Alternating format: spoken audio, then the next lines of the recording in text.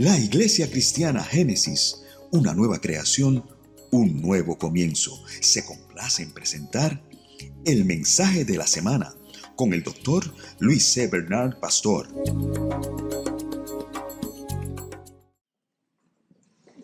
Bien, les voy a pedir que busquen en el libro de Isaías, el capítulo 2. Isaías capítulo 2, versículos del 1 al 5. Isaías capítulo 2, versículos del 1 al 5. Cuando usted encuentre esa porción de la palabra, por favor, les pido que se ponga en pie para dar lectura a mí. Isaías 2, versículos del 1 al 5.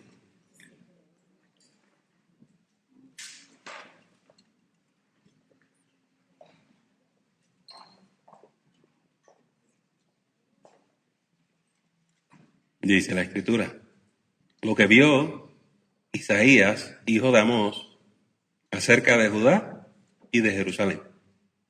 Acontecerá en lo postrero de los tiempos que será confirmado el monte de la casa de Jehová como cabeza de los montes, y será exaltado sobre los collados, y correrán a él todas las naciones.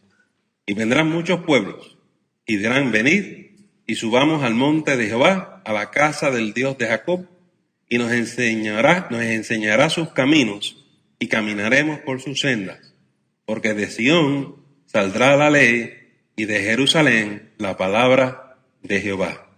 Y juzgará entre las naciones, y reprenderá a muchos pueblos, y volverán sus espadas en reja de arado, y sus lanzas en hoces. No alzará espada nación contra nación, ni se adiestrarán más para la guerra. Venid, oh casa de Jacob, y caminaremos a la luz de Jehová. Oremos. Señor, en esta mañana pedimos que tu palabra nos edifique, que tu palabra nos dé entendimiento, que tu palabra nos guíe. Señor, que tus sendas sean claras para nuestras vidas en esta mañana. Queremos caminar por tus sendas. Por esto oramos y lo pedimos todo en el nombre de Jesús. Amén. Podemos sentarnos, amados.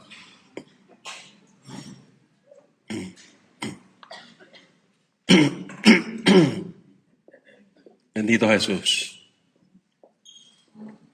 Muchas personas conocen al profeta Isaías, se conoce como el evangelista del Antiguo Testamento. Pero hay cosas que las personas no conocen de Isaías. Por ejemplo, Isaías viene de una familia muy pudiente.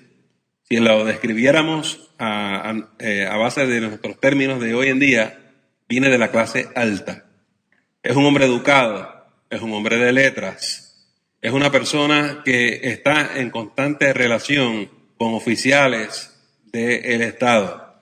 No solamente tiene acceso a los oficiales más prominentes de la nación, tiene acceso a la casa real. Cuando se menciona que su padre es Amós, están dando una referencia, porque su padre también era una persona de estatus y de prestigio en Jerusalén. Muy bien, ¿qué tiene que ver todo esto con nosotros? Bueno, que Dios es tremendo. El evangelio es para todos.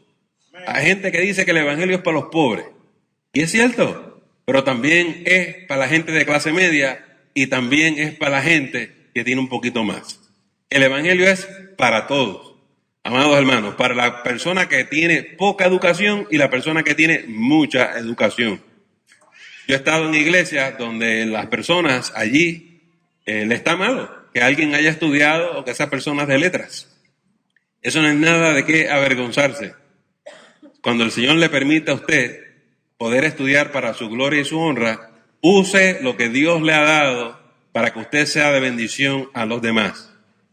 Isaías se capacitó y se preparó de tal manera que Dios lo llamó para ser un profeta. Y se conoce como uno de los profetas mayores. Hay profetas mayores y hay profetas menores. Hay gente que tiene una confusión con esos términos. La única diferencia entre los profetas mayores y los profetas menores es que los profetas menores escribieron libros más cortos y los profetas mayores escribieron libros más largos. Hay más contenido. Por eso se llaman los mayores, porque los libros son más grandes. Es que hay personas que les gusta escribir y hay otros que no les gusta escribir mucho, ¿verdad que sí? Muy bien. Hay personas en nuestra iglesia que son así. Hay gente que le gusta escribir y hay otros que no le gusta escribir. Dios usa a todos en una capacidad u otra. Lo importante para nosotros es entender que cuando el Espíritu Santo te va a usar tal como tú eres.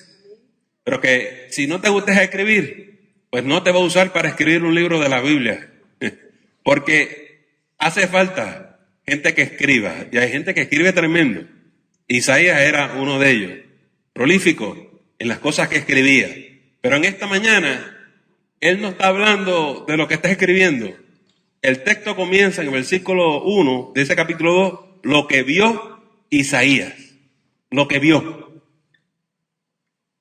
Oiga, amado hermano, antes de que usted hable en el nombre del Señor, es mejor que usted vea primero. Dios te tiene que mostrar algo. Cuando usted enseñe de la palabra del Señor, es mejor que Dios te muestre primero.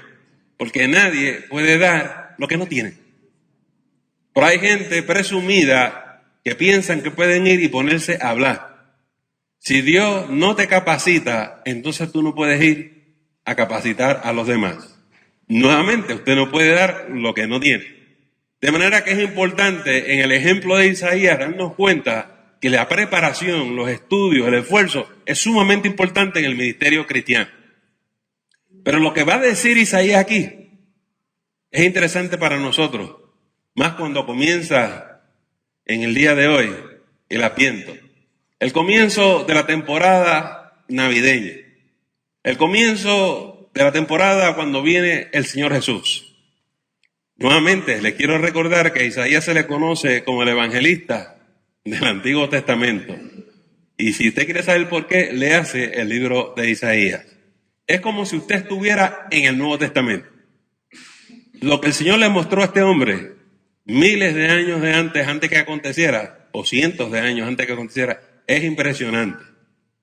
Y dice a él que vio lo que iba a acontecer allí, amados hermanos, en Judá y Jerusalén. Eso ustedes me van a perdonar, pero me tengo que tomar un par de minutitos para dar el contexto histórico, porque si no, usted no sabe lo que está hablando Isaías. Él dice que el Señor le mostró lo que Dios iba a hacer y lo que iba a acontecer con Judá y Jerusalén. Noten que está hablando del reino del sur. Jerusalén queda en Judá, en el reino del sur. En estos momentos, el Israel de las 12 tribus no existe. Las 10 tribus del norte desaparecieron. Llegaron los asirios en el 722 a.C., conquistaron el norte y desterraron a todas esas personas. Como ya no existen, el profeta no está profetizando de esa gente. Está profetizando de lo que va a ocurrir con el reino del sur. ¿Por qué? Porque ahora mismo hay una gran preocupación. Lo que sucedió con el reino del norte fue que desafiaron a los asirios. Y entonces este imperio vino y destruyó las 10 tribus del norte. Pero ahora hay un periodo de tiempo donde los asirios están velando el reino del sur, la tribu de Judá. A ver qué van a hacer. ¿A quién le van a dar la lealtad? Y si no se la dan a ellos, los asirios van a descender y los van a destruir también a ellos. Y el pueblo y el rey y toda la gente del gobierno de Judá están temblando. Y comienzan ellos a hacer diplomacia con los asirios. Y entonces los asirios empiezan a exigir que adoren los dioses de Asiria. Y entonces Acaz, que en ese momento es el rey de Judá, empieza a permitir que en Israel o en Judá se adore ciertos dioses falsos. La gente está molesta. El profeta está molesto. Y una de las cosas que le va a decir Isaías a esta gente de la nobleza y a la casa real es: séle fiel a Dios. No te dejes intimidar por los asirios. Oiga, amados hermanos, y no tengo tiempo en esta mañana, pero yo quiero que usted sepa, si siguen los capítulos adelante, los asirios sí deciden atacar a Judá. Y Isaías tiene la fortaleza de mantener a Judá firme al Señor. Y descendieron 180,000 asirios a atacarlos a ellos. Pero dice la palabra que el ángel de Jehová estuvo allí y los destruyó a todos. Oiga, y se salvó Judá. Pero no faltó con ese testimonio y esa experiencia. Judá y los líderes políticos de Judá comenzaron también a negociar con los egipcios, con Faraón. Muy bien. Y por eso el profeta se siente en este momento que necesita hablarle a ellos. Y no vamos a hablar de todos los libros del libro de Isaías, pero vamos a hablar de estos 5 versículos del capítulo 2. Mire lo que dice el versículo 2. Acontecerá en los postreros de los tiempos. Será confirmado el monte de la casa de Jehová como cabeza de los montes, y será exaltado sobre los collados, y correrán a él todas las naciones. Ustedes han escuchado esa frase antes. Acontecerá en los postreros de los tiempos. Los últimos tiempos, ¿verdad que sí? Lo único es que la manera en que lo usan los judíos en el Antiguo Testamento no es como lo usan los evangélicos hoy en día. Postreros de los tiempos, ¿qué significa eso? Para los judíos habían 3 tiempos. Antes de la ley, durante la ley y después de la ley. Antes de la ley, pues ustedes saben, es la historia del mundo perdido. Para los judíos, durante la ley, Dios le dio la ley a Moisés. Y todos se supone que se dejen regir por la ley. Pero en los postreros de los tiempos, en el fin de los tiempos, va a venir la época que es después de la ley. Esa es la época cuando viene el Mesías. Y cuando llegue el Mesías no hace falta la ley, porque ahora todos nos tenemos que sujetar al Mesías. El único problema de los judíos fue la mala interpretación que le dieron a todo esto. En su tradición, ellos piensan que Dios va a elevar a Jerusalén y a Judá y a Israel sobre todas las naciones. Y que ellos van a reinar sobre todas las naciones. Pero en la mentalidad de Dios, eso no es el plan de Él. Y por eso, aun cuando Jesús llega, todavía le están preguntando, ¿le devolverás el reino a Israel? Llegó la época. Y Jesús le dijo, mira, ¿tú sabes qué? No vamos a discutir esto. No se preocupen por estas cosas. Porque, amados hermanos, yo quiero que ustedes sepan que en la escuela profética de los judíos había un error bien grande. Déjenme decirle que está la escuela profética y está la escuela apocalíptica. Ustedes dirán, pastor, usted está mucho con la teología esta mañana. Es que para yo explicarles lo que viene, ustedes tienen que saber estas cosas. La escuela profética dice esto, la de los judíos, que Dios está a cargo de la historia humana y aunque ahora mismo estamos en caos, Dios va a regresar todo a su sitio y Israel va a reinar sobre todas las naciones. Esa idea sobrevive hoy en día. Cuando la gente habla del milenio y dicen Dios va a poner a Israel a cargo de todo, sobrevive todavía. Pero está la escuela apocalíptica que dice no, eso no va a ocurrir. La escuela apocalíptica tiene otra interpretación de los eventos históricos. Porque está la cuestión del idealismo, una aspiración que tienen ciertos profetas y una escuela teológica, y está la realidad. La escuela profética dice, los asirios atacaron, pero Dios los va a destruir. Y Dios va a destruir a todos los enemigos de Israel. Se olvidan completamente que Dios llamó a Israel para una misión global, una misión mundial. Dios llamó a Israel para que fueran luz de las naciones y atrajeran a los demás pueblos a Dios, a Jehová. Pero Israel se centra en sí mismo ahora en un nacionalismo profundo y ellos quieren ser los que dominan como un imperio el mundo entero.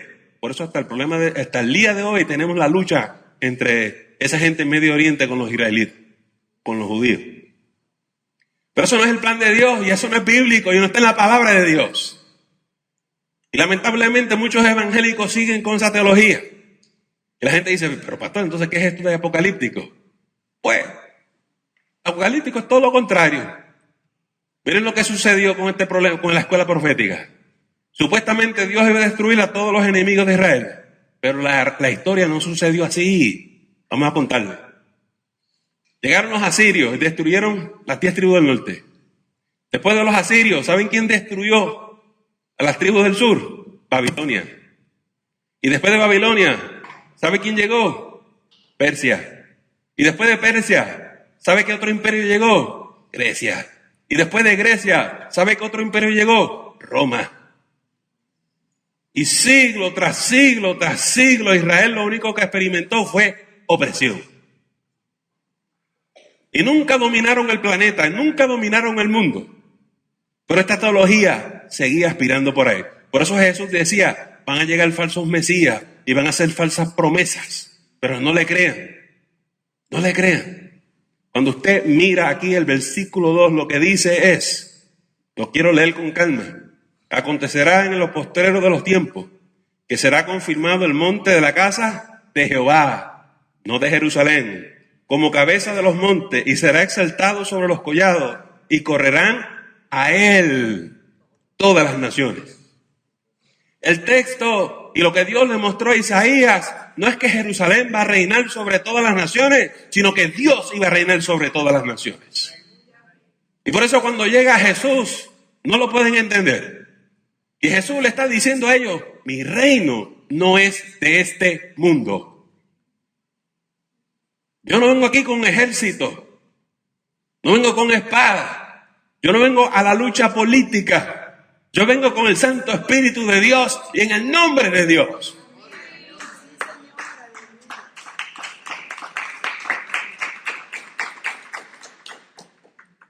Oiga, amados hermanos, es muy interesante para nosotros hoy en día cómo las personas siguen malinterpretando todas estas perspectivas. Dios es el que reina sobre todo el mundo. No van a ser los judíos. No es ningún imperio. No es ninguna nación. Y por eso los cristianos tampoco somos de este mundo. Por eso nuestra nacionalidad no es de ninguna nación de este mundo. Y por eso nuestra lealtad no es a ninguna bandera política. Nuestra lealtad es al Señor de señores y al Rey de reyes. Y su nombre es Jesús.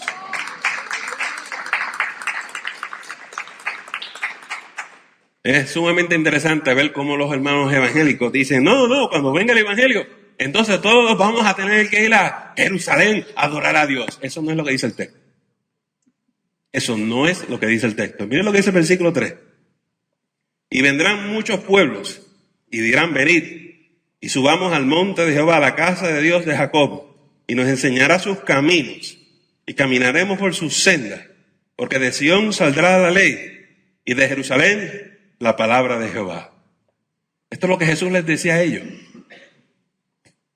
Cuando tuvo su encuentro con la samaritana, dice, la salvación viene de los judíos. Y la palabra, sí, viene de Sión. Lo voy a llevar con calma, si los confundo me perdonan, ¿verdad? Vamos a ver si ustedes lo agarran. Jesús cambió la interpretación que tenían los judíos. Ellos dicen que todo el mundo tiene que ir a Jerusalén. Jesús dice, no. Yo los voy a enviar a ustedes al mundo entero. Id por todo el mundo. Porque la palabra sale de Jerusalén. Cuando se derrama el Espíritu Santo en el día de Pentecostés y los hermanos están llenos del Espíritu Santo, ahora id por todo el mundo. Y el problema de Jesús no era obligar a la gente a que fuera a Jerusalén. El problema de Jesús es que se fueran de Jerusalén. Vayan a predicar este evangelio por otros lugares. Sus mentes están dando contorsiones en estos momentos. Porque cuanto predicador usted ve en la televisión y en la radio, le dice todo lo contrario. Cuando venga el milenio, vamos a ir todos allá al templo en Jerusalén. No funciona así. Por eso es que Isaías dice, les quiero hablar a ustedes de lo que el Señor me mostró sobre Judá y sobre Jerusalén. No es como ustedes piensan. Ustedes están equivocados. Oiga, y lo tremendo es que todavía en esta mañana nadie se ha dado cuenta lo que Isaías está diciendo ahí. Todas las naciones vendrán a buscar a Dios. Y todos vendrán y Dios les enseñará a ellos. Y todos los pueblos caminarán por sus sendas. No son los judíos, son todos los pueblos y todas las naciones. Son todos los gentiles. Ese eres tú, ese soy yo en esta mañana. Amigo y amiga que estás escuchando en esta mañana, la palabra del Señor. La promesa de Dios es una cosa tremenda. Y por eso Jesús citaba mucho a Isaías. El evangelio de Jesús es precisamente lo que Isaías está hablando. Es la revelación que Dios le dio a Isaías, que la palabra de Dios iba a salir de Sión e iba a ir a impactar y tocar al mundo entero.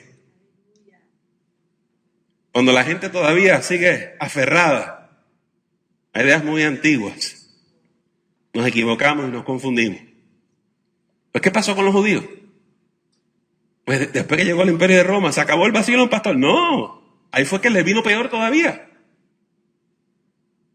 Roma destruye Jerusalén, destruye el templo y vienen 2000 años de destierro.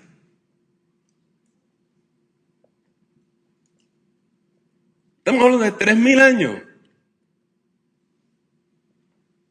Y Jesús le está diciendo, yo no vengo a establecer un reino político. Yo vengo a establecer el reino de Dios. Y Jesús vino predicando el evangelio del reino de Dios. No el reino de Israel, no el reino de Jerusalén, el reino de Dios. La gente dirá esta mañana, ¿qué tiene que ver todo eso con nosotros, pastor? Vamos a ir con calma para que ustedes vean lo que se tiene que ver con nosotros. En primer lugar, sepan ustedes que el evangelio de Jesucristo no tiene con armas ni guerra, ¿verdad que sí? No es un gobierno político. Yo lo lamento mucho por nuestros hermanos musulmanes, pero eso no es el evangelio de Cristo. Segundo, miren lo que Jesús nos está diciendo en esta mañana.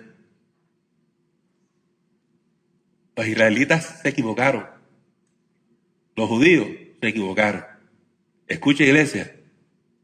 Los creyentes a veces nos confundimos y nos equivocamos y hacemos decisiones muy feas porque nos salimos de la voluntad de Dios. Los judíos, Satanás los confundió, los cegó y les dio un evangelio distorsionado y terminaron con una religión que su culminación fue ¿qué? La crucifixión de nuestro Señor Jesús. Triste y lamentable. A los suyos vino y los suyos no lo recibieron. Las cosas del mundo nos ciegan, amados hermanos. Las cosas del mundo ponen nuestra mente de tal manera que las interpretamos muy mal. Jesús vino a traer la luz del mundo. Él es la luz. Y el que viene a buscar la verdad será verdaderamente libre. Nosotros necesitamos quitar esas ataduras de nuestras vidas para servir al Señor.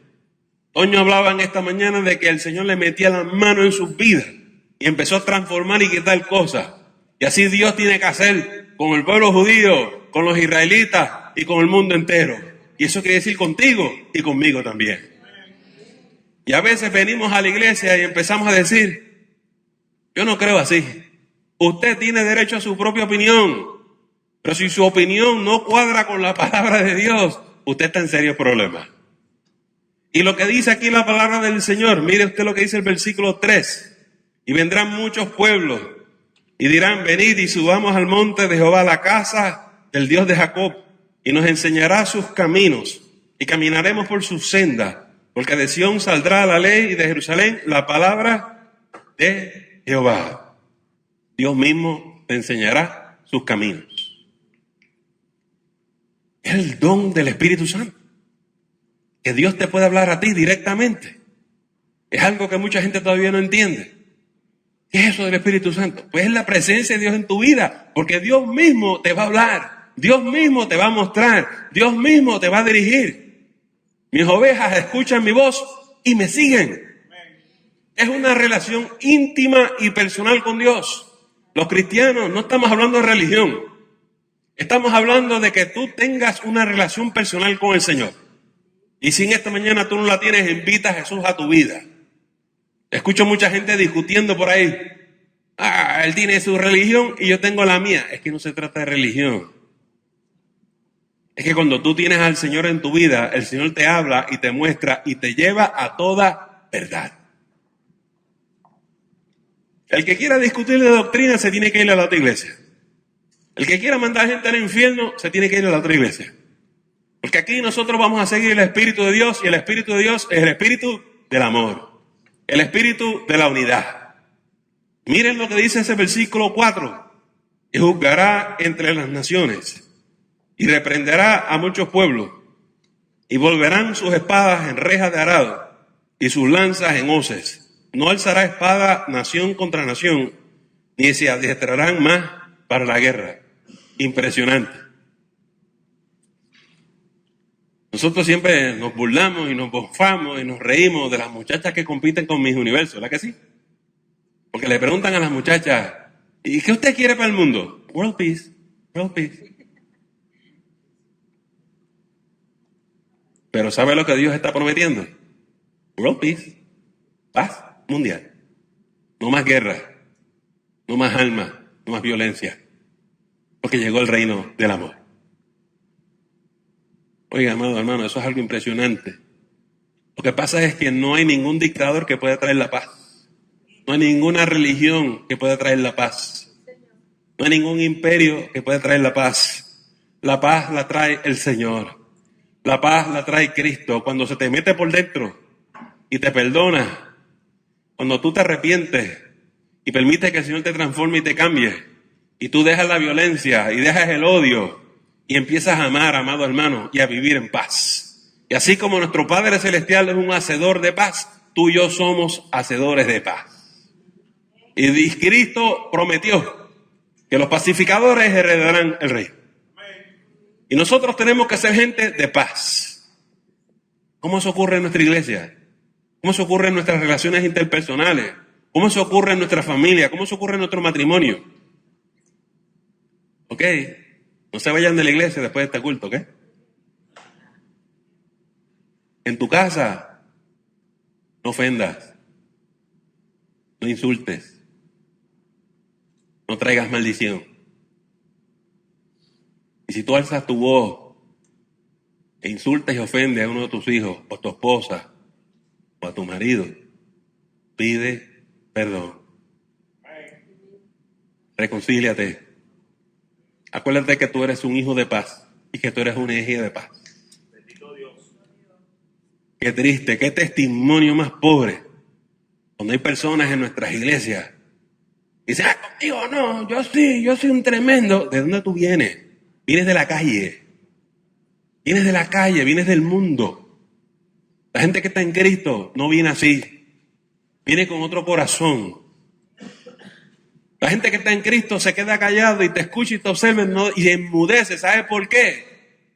Porque no respondemos al necio conforme a su corazón. ¿Usted me entendió? Los cristianos nos quedamos callados porque nosotros no vamos a vomitar de esas cosas, amado hermano. Qué triste es que hay parejas y matrimonios que dicen que son cristianos y vienen a la iglesia y dan un mal testimonio. Tenemos que ser gente distinta. Tenemos que ser gente diferente. Porque aquí nosotros somos gente del Espíritu. Somos gente que mantenemos la unidad. La gente dice, la unidad del Espíritu en la iglesia. Sí, pero en tu casa también. En tu hogar también hay que tener unidad. Que la gente llegue a tu casa y vean que las cosas estén en calma. Tu hogar no puede ser un hogar de hostilidad. Eso no es el Espíritu de Cristo. Pastor, pero si estas cosas ocurren en mi casa, entonces ¿qué tengo que hacer? Irte de rodillas, arrepentirte y pedir perdón. Pero fue que ya empezó. Tú lo acabas, tienes que acabarlo. Bendito Dios. Tienes que acabarlo. Y padres, cuando sus hijos se pongan así con ustedes, ¿verdad? ¿Cuántas veces tienen que los hermanos hablar con el pastor? Los muchachos y las muchachas a veces se creen que son el llanero solitario. La última Coca-Cola en el desierto. Y a veces queriendo o no queriendo, nos ofenden y nos faltan el respeto. Pues hay mamás que alzan sus manos y les meten en la cara. Esa es una manera de resolver el problema. Pero, ¿qué tú vas a hacer con eso? Tu hijo y tu hija va a ser provocado a ira. Bendito Dios. Los cristianos tenemos que tener la fortaleza del Espíritu. La fortaleza del Espíritu para sobrellevar las cargas uno de los otros. Y tú tienes que darle testimonio a tu hija y testimonio a tu hijo. Y si tu hijo dice, le grité, ¿y qué te dijo? Nada, la callé. Él o ella piensa que te ganó, pero perdió. Perdió porque está en la carne, perdió porque es un rebelde, perdió porque es una desobediente. Tú ganaste porque te sujetaste al Espíritu. Tú no tienes que alzar tu mano, tú no tienes que doblar tu rodilla. Los cristianos manejamos estas cosas de otra manera. ¿Y si hay momento para enfrentar a sus hijos? Claro que sí. Yo he enfrentado a las mías. Pero a ninguna le he pegado. Porque no hay que llegar ahí. Bueno, yo le pego con el amor, yo le pego con la paciencia. Yo le pego con el espíritu. Digo, Señor, encárgate de ella, tú sabes. La pongo en tus manos. Y Dios siempre lleva las cosas por cierta manera. Pero no dejen que nadie contamine tu corazón. Y si te encuentras en iglesia con alguien vomitando palabras falsas contra usted y diciendo cosas contra usted, dice la Biblia que si te maldicen, ¿qué tú vas a hacer? Bendecirlas. Dios te bendiga, hermano. Yo sé que eso no es fácil. Para eso usted tiene que estar en el Espíritu. Cuando el diablo te viene a provocar tu carne. Y cuando tú y yo reaccionamos en la carne. Y te estoy diciendo en esta mañana que reaccionemos en el Espíritu. Cuando Jesús fue tentado y provocado y lo maldijeron, ¿qué hizo? Enmudeció. Era inconmovible. Yo no le estoy diciendo nada a ustedes esta mañana que ustedes no vean en la figura de Jesús. Y a usted y a mí nos toca imitar a Jesús. Y cuando todos pensaban que habían destruido a Jesús y le habían ganado y se mofaron y se burlaron de él, descubrieron que el que había ganado era Jesús. Porque aunque lo crucificaron y lo enterraron, cuando llegó el día y la hora, Dios lo exaltó sobre todos y les dio un nombre que es sobre todo nombre, el nombre de Jesús.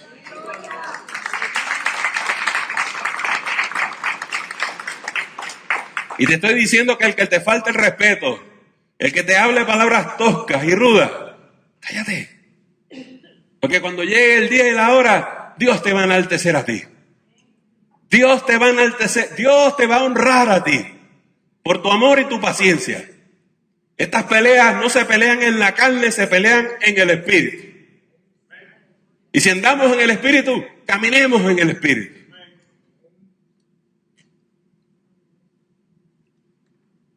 A veces la gente viene a hablar conmigo. Pastor, déme un consejo, le doy el consejo. ¿Qué hace? El pastor lo que me dijo, que orar otra vez, lo mismo de siempre. ¿Y qué tú hiciste? Yo fui allí y le metí 3 galletas. Bien en el Espíritu. La hermana estaba bien en el Espíritu. Y ahora tiene un problema más grande en su casa. Amados hermanos, el matrimonio se pone bien difícil. Pero la herramienta más poderosa que usted y yo tenemos es el amor. A veces los hombres se sienten que las mujeres lo provocan. Y pastor, las perdí. Me volví loco. Y le dije esto, o la pegué, o qué sé yo, fue lo que hice. Y pastor, ya yo no sé hacer con esa mujer porque yo he tratado todas las cosas y nada funciona si lo trataste todas las cosas del mundo. Pero no has tratado el amor de Cristo Jesús. Porque lo que va a desarmar a una mujer es que tú la ames para atrás. ¿Escuchaste lo que te dije? Que cuando ella venga con ira sobre ti, ámala. Ámala, desálmala con el amor de Cristo. Porque dice la palabra que el amor cubrirá multitud de pecados. Y cuando esta mujer se te tire encima a ti, y tú la sigas abrazando, y tú la sigas besando, y tú la sigas amando, es decir, ya yo no puedo contigo, chico. Ya no puedo contigo. Y es que tú sabes algo que ella no sabe, y es el amor en Cristo, amados hermanos. Mire, como dice la gente por ahí, a pelear hacen falta 2. Si usted no pelea, no hay batalla. No hay batalla. No, me faltó el respeto. Yo sé, cuando yo era hombre joven, yo me sentí igual. Esta mujer me faltó el respeto. Yo soy un hombre. Yo sé cómo piensan los hombres, porque yo soy uno de ellos, ¿verdad? Hasta que yo descubrí que mi honra es el Señor. Mi honra es el Señor. Y yo no tengo que demostrarle a ninguna mujer mi hombría, que me respete. No, yo no tengo que hacer nada de eso. La cosa más linda es tú mantenerte en el espíritu y 2 o 3 días después ver que tu mujer viene para atrás llorando y dice, amor, perdona. Fui una grosera, tío. Y tú fuiste tan bueno conmigo. Tan gentil. Yo sé la cara que tienen 2 o 3 aquí. Pastor, eso no es fácil. Eso no es fácil. No se supone que sea fácil. Eso es andar en el espíritu. La gente cada rato me pregunta, ¿qué es eso, andar en el espíritu? ¿Cómo es? Te estoy dibujando un cuadro para que tú entiendas cómo en la práctica eso funciona. Bendito Dios. Tú te vas en ayuno, tú estás en oración, tú sales de la presencia de Dios lleno de espíritu y tú tienes que dar fruto. Tu vida tiene que ser otra. Santo. Cuando Toño dice que Dios mete sus manos así dentro de ti, te cambia. De eso es que yo te estoy hablando. Santo. Y no es con el mollero. Además, ninguno de los caballeros le va más a ganar la pelea a una mujer, ¿verdad que sí? Discutir es perderle el tiempo. Váyase a orar, váyase a orar. Mire, si usted se pone a discutir con su mujer, usted se va a caer de la cama.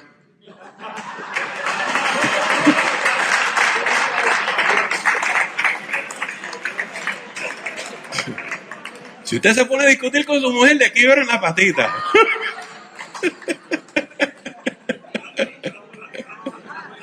Cosas suceden. Cosas suceden. Hámela para atrás, hámela.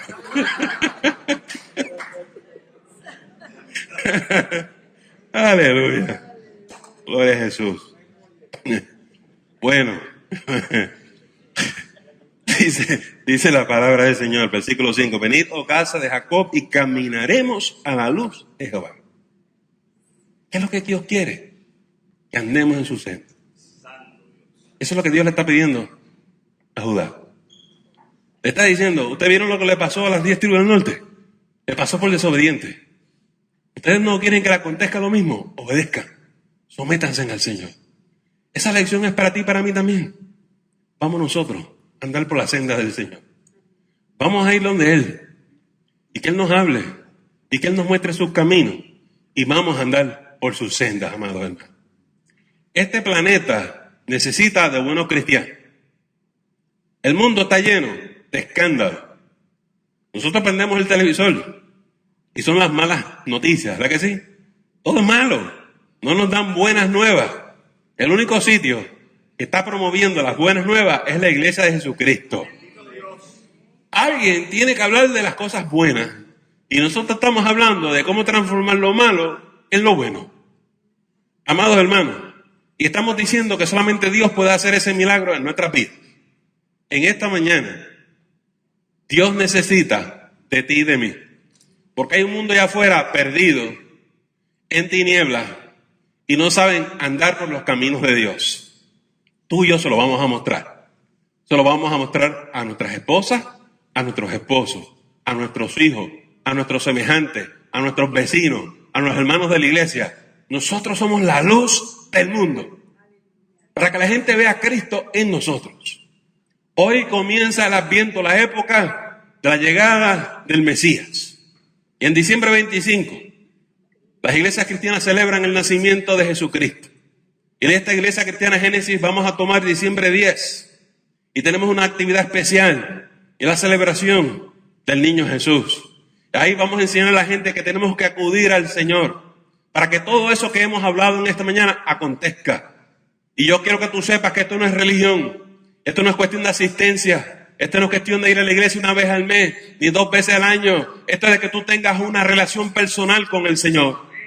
Y que si en esta mañana no hemos entendido ese concepto, estamos perdiendo el tiempo. Santo Dios. Hay gente que hacen falsas promesas.